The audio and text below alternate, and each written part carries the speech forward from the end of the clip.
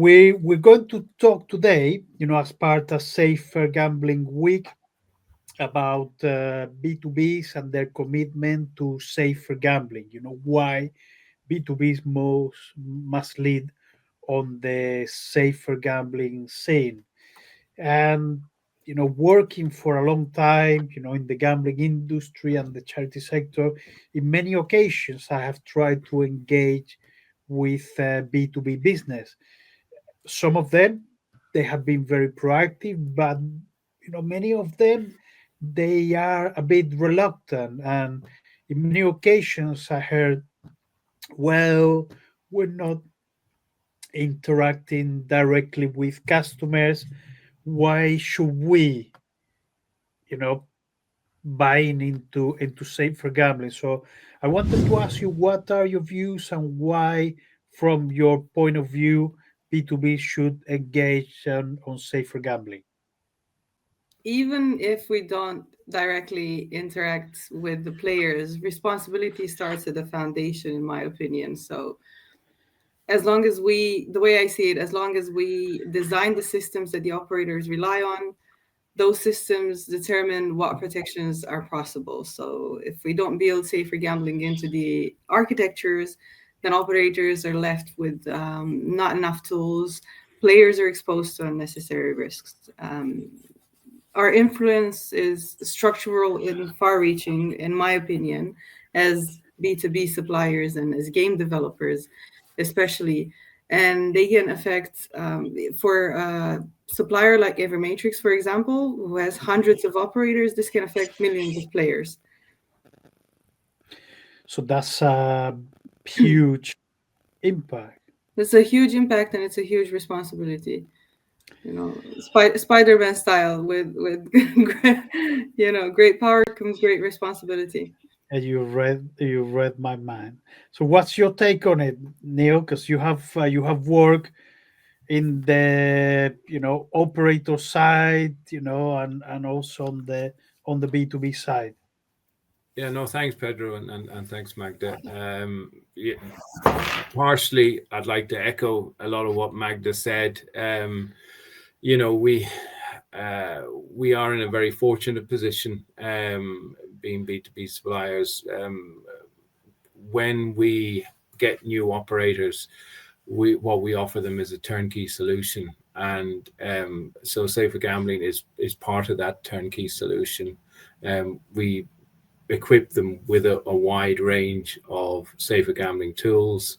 Many of them will be regulatory, but also at the same time, there are others which aren't, and that basically will help them to keep their customers safe, and also to ensure that it's sustainable, because I don't think it's in anybody's interests if people are harmed or are not protected from potential harm. So that's that's basically why we view it so importantly at EveryMatrix, and why we're very happy to take that responsibility. I wanted, also to dig into one of the questions that you probably, or have to face, as a B2B business, and equally operators. How do you balance, like, innovation, commercial growth with sustainability and player protection? We seem to be under the wrong impression, in my opinion, that safer gambling is a break on innovation, whereas the way I see it and the way every matrix has proven it to be, actually a fuel.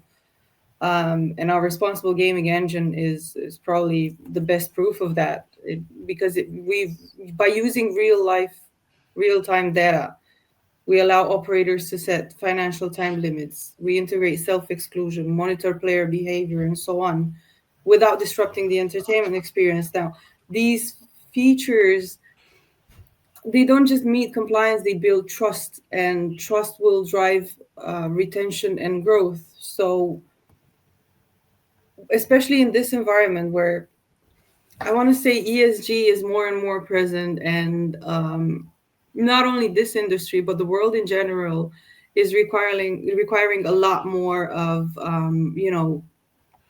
safety nets and responsibility from us. I don't think that safer gambling has anything to drag, let's say, the commercial side down on. Mm. I mean, I think it's something that it's unnecessarily blame when you don't have leadership, you don't have innovation. Sometimes you get uh, business, sort of blaming unnecessarily safer gambling on, maybe not being able to achieve targets and things like this when it's actually, maybe it's an easy, uh, you know, thing to blame, rather than say, okay, we're not achieving our target because we're not creative enough, because our product may not be as good as our competitors, etc. So I do like what you said. Look, it's not something that is a burden, but it's something that is at the core of what a business should have. What about you, Neil? What are your thoughts? Um, so, as alluded to in the previous question, basically, it's in nobody's interests for um, people to have non-sustainable gambling. If players are playing at a harmful level, it creates a very high cost for the business, and it isn't sustainable either for the business or for the individual. So I'm regulatory lead here in the UK, and so you'll be very much aware that now the current regulatory climate in the UK in the last 2 years has massively moved towards safer gambling, and basically it is the number one priority here in the UK. So, um, how can B2B companies build safer gambling into product design? Well, I have a very good example of that, and we have something that literally went live last week. And what it is, it's an AI predictive model that operates at an 80% success rate of predicting based on the previous month's play by customers to an 80% success rate. It will predict whether they will go on and to self-exclude. So on a daily basis, operators can go into the back office and download a list of customers which the model thinks are highly likely to self-exclude in the future, and then they can stage an intervention. Whether it be recommending timeouts or wagering limits or loss limits or whatever particular tool would work for the individual. So that's current and actual, and as I said, just released last week. I mean, that's really really interesting because I used to work for or operator, was an operator on B2B several years ago, and we did something similar. And what we were doing is we have not only a safer gambling model that was assessing the risk, but a predictive model that was predicting if the person were likely to self exclude. And what we were doing and my team was doing was proactive interactions, and basically we managed to reduce, I think it was 12% the amount of self-exclusions by engaging with customers on early days and suggesting to take proactive actions, mainly to have deposit limits, and that was something that it was quite helpful, because I remember that at the beginning, the business was a bit concerned. Okay, what happened with this? And actually, it showed that safer gambling was actually, helping, to prevent churn due to excessive gambling. Okay, you can have a person may not be experienced enough. You give them a good type of interaction, not lecturing, but being like engaging with them, and they were willing to set limits, and to rectify the level of play, and actually it was working. So it's really good to see that you guys are working on this type of thing. Are you planning to do some? I mean, I know that you just launched it a few days ago, but it's something that it can be really interesting in terms of case studies. Okay, what are the people or the operators that they're using it, how they use it. If maybe there's a way that you, as a B2B, can say, okay, look, it seems that the best way to use this algorithmic model is to have an early interaction, or we're also thinking about having a bot, or we're thinking about doing this. uh, have you thought about doing a bit of research afterwards, or? Yeah, I mean, basically, it's a very interesting project. It's actually I was talking to the person who's responsible for it yesterday in the London office, and they happen to be over at the moment.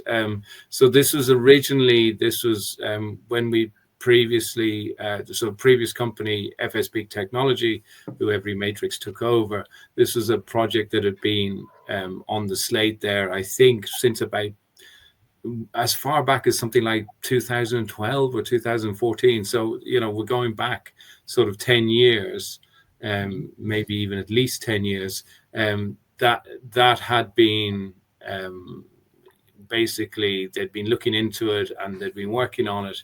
And then subsequently, when EveryMatrix took over FSB, then it became an EveryMatrix project, and they expanded on it, and they were able to basically tweak it in different ways.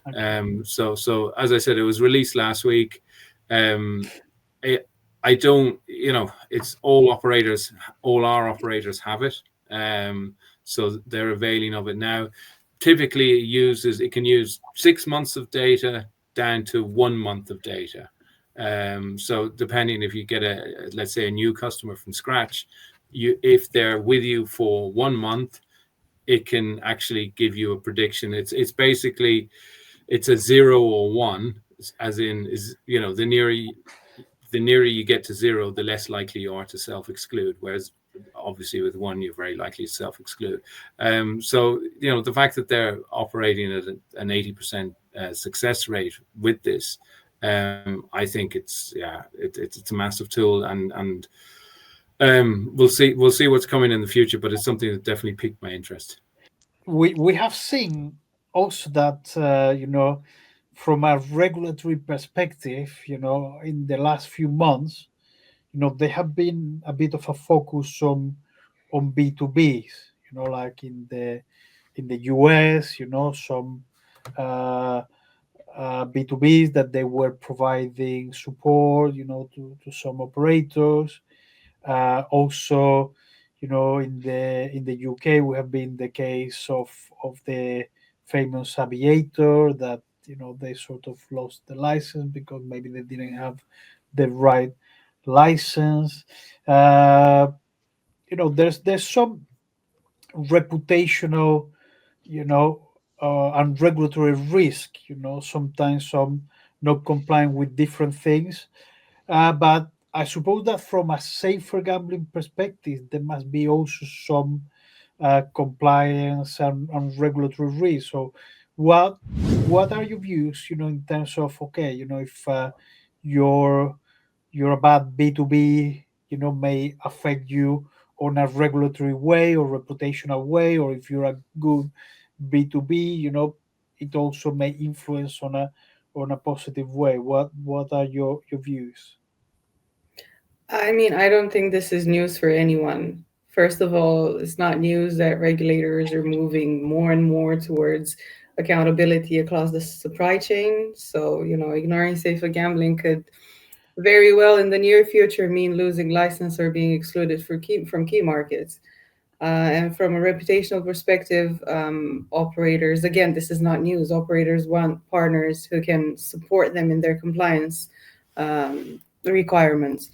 So if we fail to lead, we risk being seen as outdated. And I think this is the biggest risk that we have.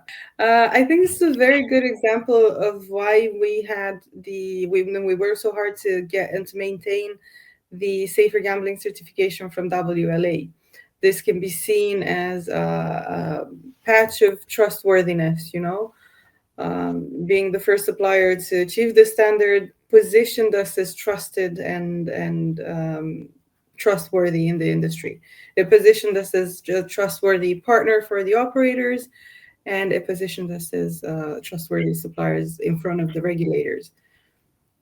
Okay. Do uh, you know B2Bs, sorry, B2Cs ask you, oh, do you have any safer gambling certification? What do you do in terms of safer gambling? Uh, you know, how it's something that uh, it makes a Yeah, difference at the, when operators are choosing their turnkey solution. it does make a difference. First of all, because operators, I mean, leaving the good nature aside, operators are legally obliged to have these tools, and if we don't provide them, and if we don't provide them in a responsible manner, then it's going to affect their business. But more than anything, our lottery clients are very eager to work with suppliers that have this particular certification.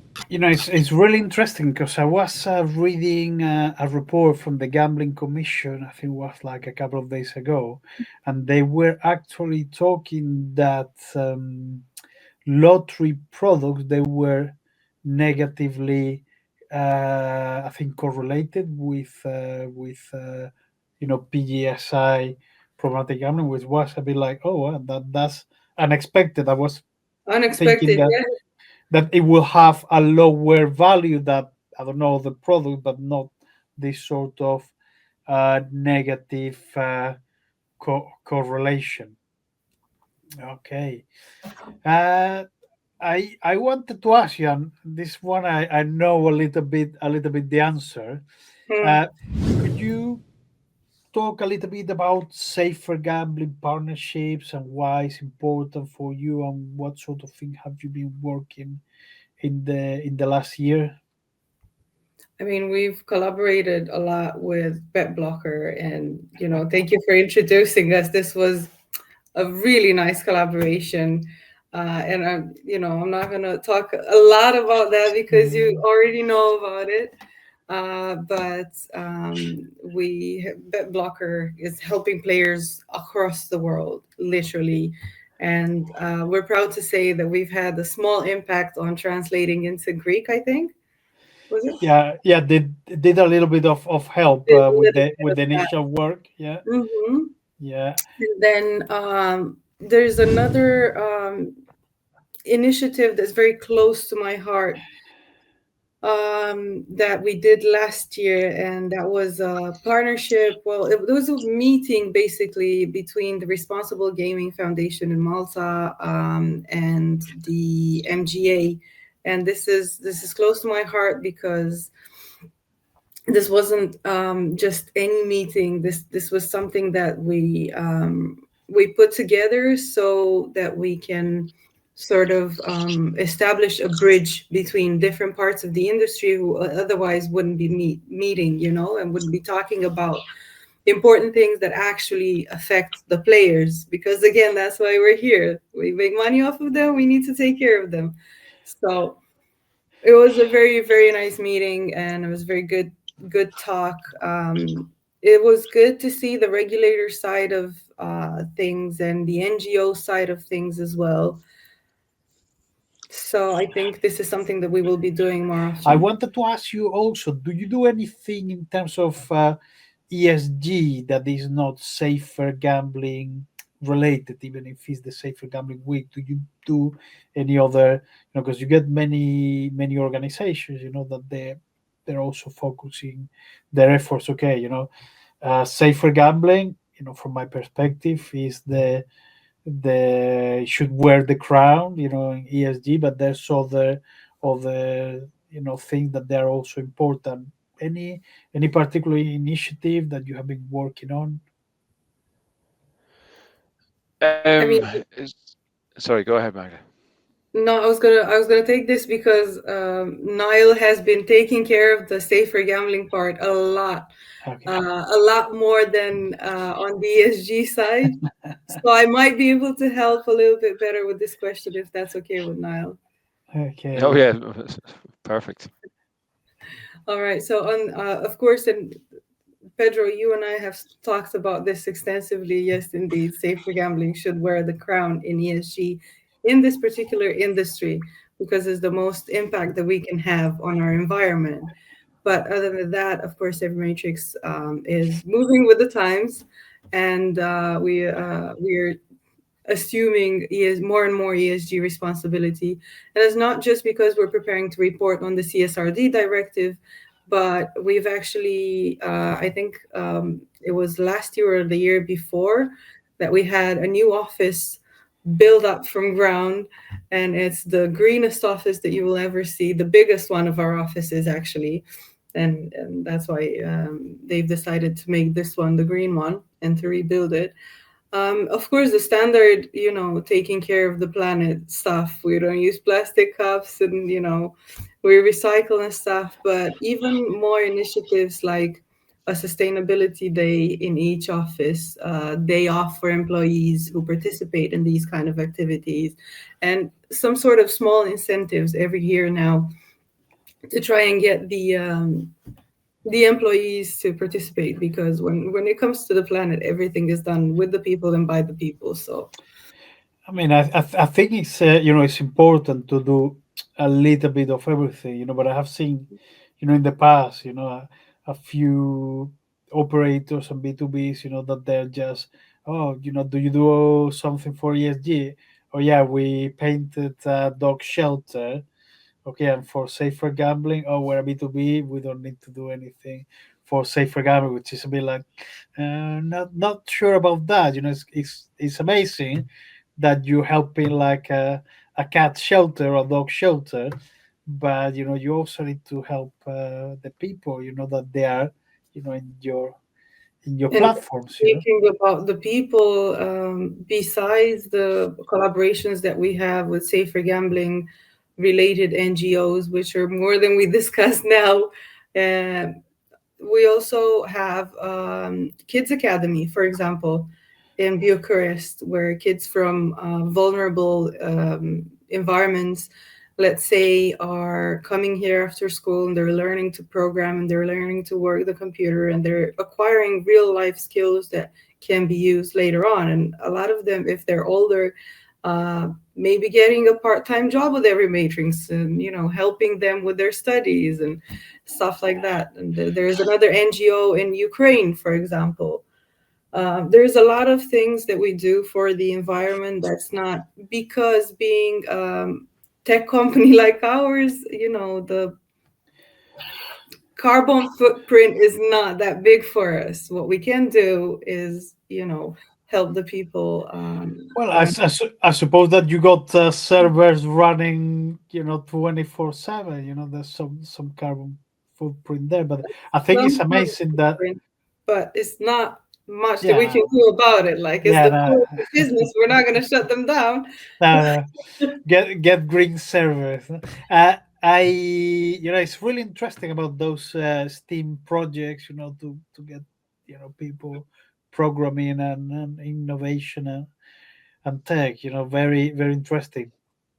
Uh, I was thinking a little bit about, okay, we talk about collaboration with the third sector, uh, but what about collaborating with regulators? Have been recently in a conference in Toronto, like the regulators conference, and was super interesting, and I saw a very few operators and also very few B2Bs, and I was thinking, it's a missed opportunity because, okay, you can, say, okay, how can we help, how can we stay ahead of the curve? What are the global sort of direction, you know?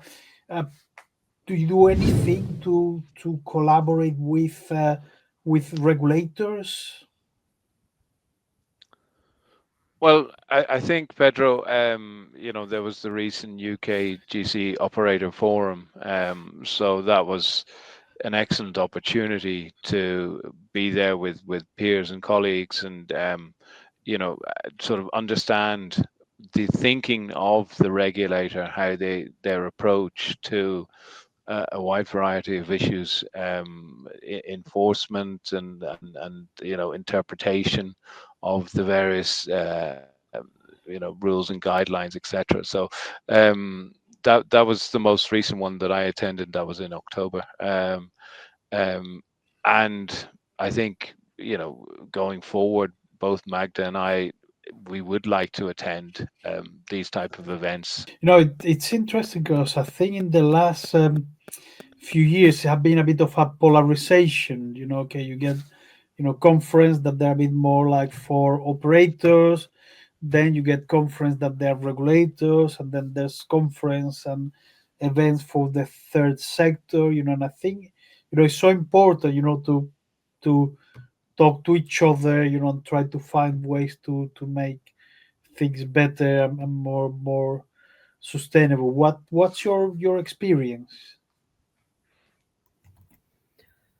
Um, I mean, I remember the very first conference that I attended, which was regulating the game, where I met you as well.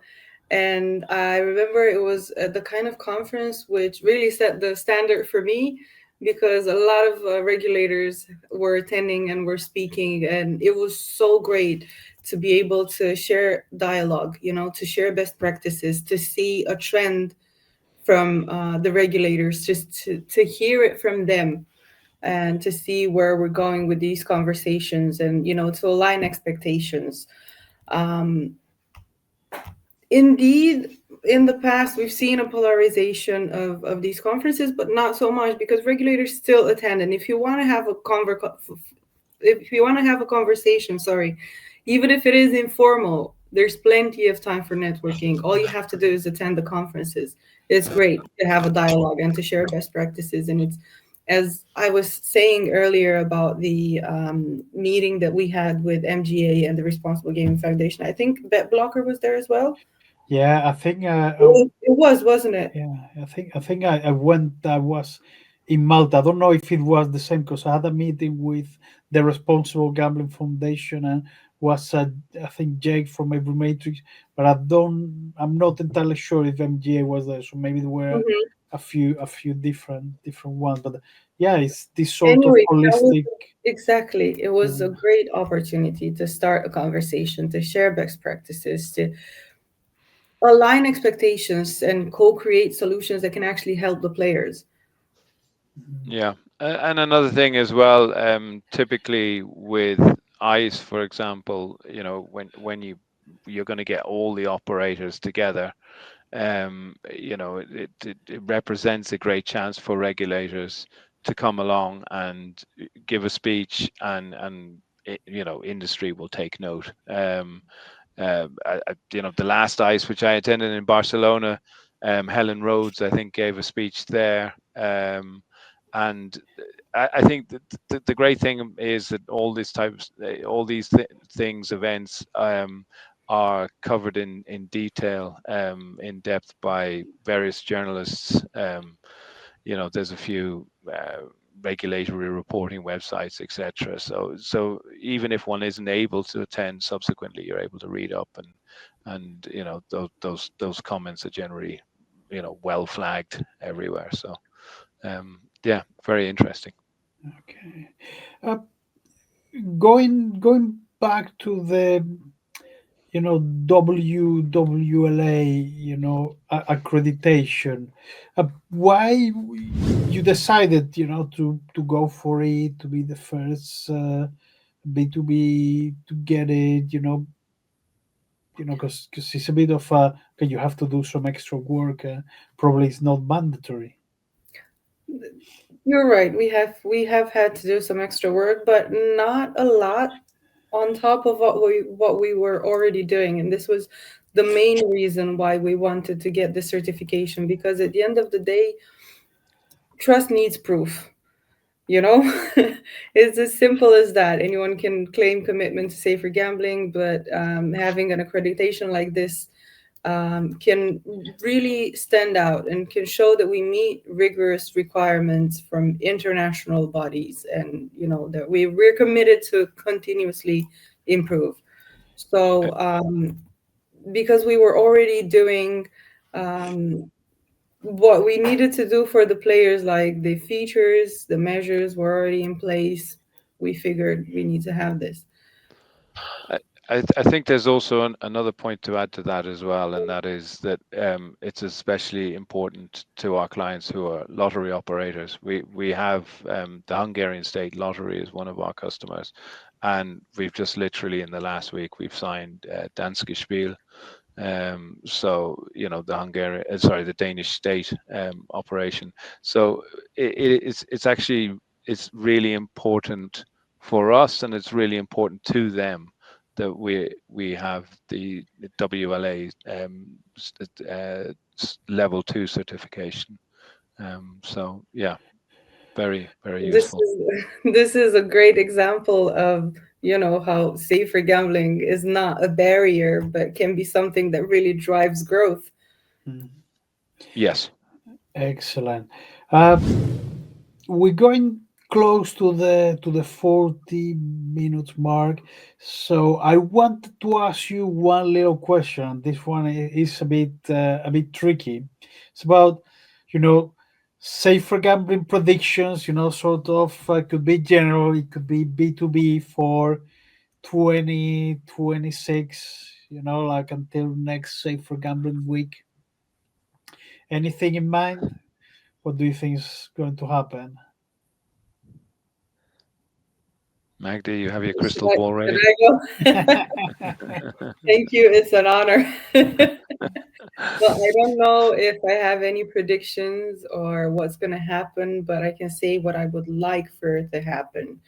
What I'd like to see is, as I said earlier, more opportunities for research collaborations between us and research bodies. I've missed that. We did a very nice um, we participated in a very nice research study in the past with CERC, where they were looking into behavioral from employees in the industry. And, we shared an anonymous ethics approved survey between our employees, and they responded to some questions. We were really looking forward to hearing, inputs from that study and to having feedback that we can actually come back and help our employees with. So stuff like that, I'd really like that to happen in the next year. Okay, more collaboration. More collaborations and more research, yes. Okay, that's what you would like to happen. Yeah, yeah. Neil, Wishful what's up your Palantir crystal ball is telling? I hope you were not checking on Chat GPT. You overestimate my technical capabilities. Um, um, well, what do I think is going to happen? I mean, I think that the first thing currently, as regards the industry, there's a lot of concern in the UK about a potential impending tax rises for the industry. I know that's nothing to do with safer gambling, but it is dominating all the headlines at the moment because there's the budget later on in November, I think towards the end or 20th, that sort of ballpark. But as regards safer gambling, I personally believe that we have sort of I think potentially all the levers have been pulled as regards safer gambling. So we've got deposit limits, loss limits, wagering limits, timeouts. I mean, there's so many different tools and things that will assist people to gamble safely. So from that point of view, typically anything that the UKGC does, other jurisdictions tend to follow. And I think there may well be, and I can see it now, countries, for example, Romania is looking at potentially barring 18-year-olds from playing it, introducing from 21 upwards. Mhm. age allowance, and also you've seen from the UKGC, for example, with the slot staking, you've seen from those age 24 down to 18, lower limits for them as regards playing slots, etc. So I think people are waking up to them, are a lot more aware of, while on paper somebody who reaches 18 years of age in theory is an adult, actually they may not be a fully mature adult at that stage of their life, and therefore it is good that the industry views them in that light. But then again, if we were to look at drinking and smoking, it's not like the alcohol industry is saying, oh, okay, well, we can only give them half measures or what have you. But that's an argument for another day. But Half measure, spoken like a true Irish. Well, yeah, I think with this bombshell, we wrap it up for this safer gambling week, and I hope to see you next year at again. Thank thank you you. very much. Thank you. Thank you. Thanks, Niall. Bye. Thanks.